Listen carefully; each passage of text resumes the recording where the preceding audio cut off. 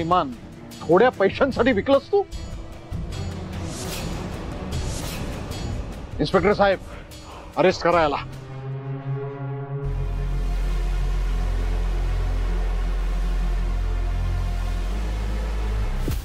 आई रे, घेऊन जायला आणि 4 नंबर मध्ये टाका. इन्स्पेक्टर साहेब 1 मिनिट. हे गुन्हेगार नाही आहेत. खरा गुन्हेगार कोण आहे हे माहिती आहे मला. खरा गुन्हेगार तर मीच केलंय. मीच आहे खरा गुन्हेगार. साहेब मला माफ करा.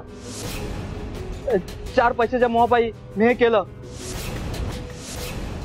इन्स्पेक्टर साहेब, मला माझा गुन्हा मान्य आहे. मीच त्या मशीन बदलल्या आणि सदानंदचा मृत्यू झाला. मीच आहे जबाबदार. इन्स्पेक्टर साहेब, मला कठोरात कठोर शिक्षा द्या. देवासारख्या माझ्या साहेबांना मी धोका दिला आहे.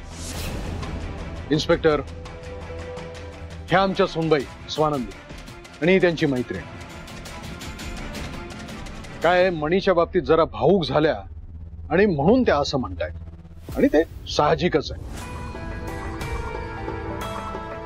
पण स्वानंदी, तू अजिबात काळजी करू नकोस. हा, मी आलोय. मी स्वतः मणीला लॉकअप मधनं बाहेर काढणार आहे. तुम्ही इथेच थांबा. मी माझ्या मणीला घेऊन येतो.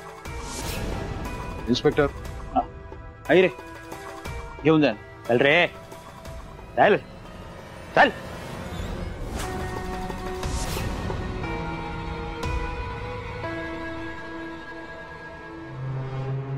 साहेब भाऊ, काय तुम्ही इथे स्वानंदी पण आल्या होत्या. त्या म्हणत होत्या की खरा गुन्हेगार सापडलाय आणि बाहेरही कसला गोंधळ चाललाय. काय मला नेमकं सांगा ना, काय झालंय?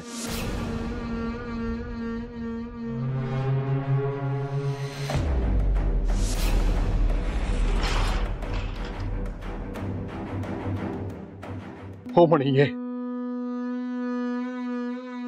म्हणे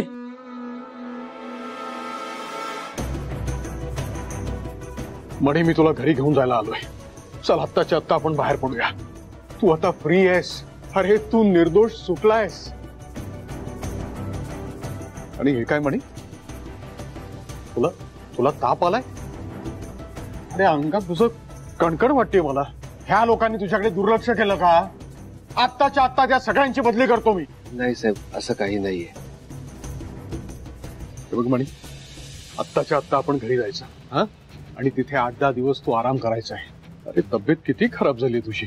पण हे अचानक चक्र कसं फिरलं? म्हणजे खरा गुन्हेगार कसा सापडला? कोण येतो? आणि तुला पोलीस घेऊन गेले ना, त्याच्यानंतर माझा डोळ्याला डोळा लागत नव्हता. माझा निर्दोषपणे पोलीस लॉकअप मध्ये आहे आणि खरा गुन्हेगार बाहेर मजेत फिरतोय. या विचारानेच मी खूप अस्वस्थ.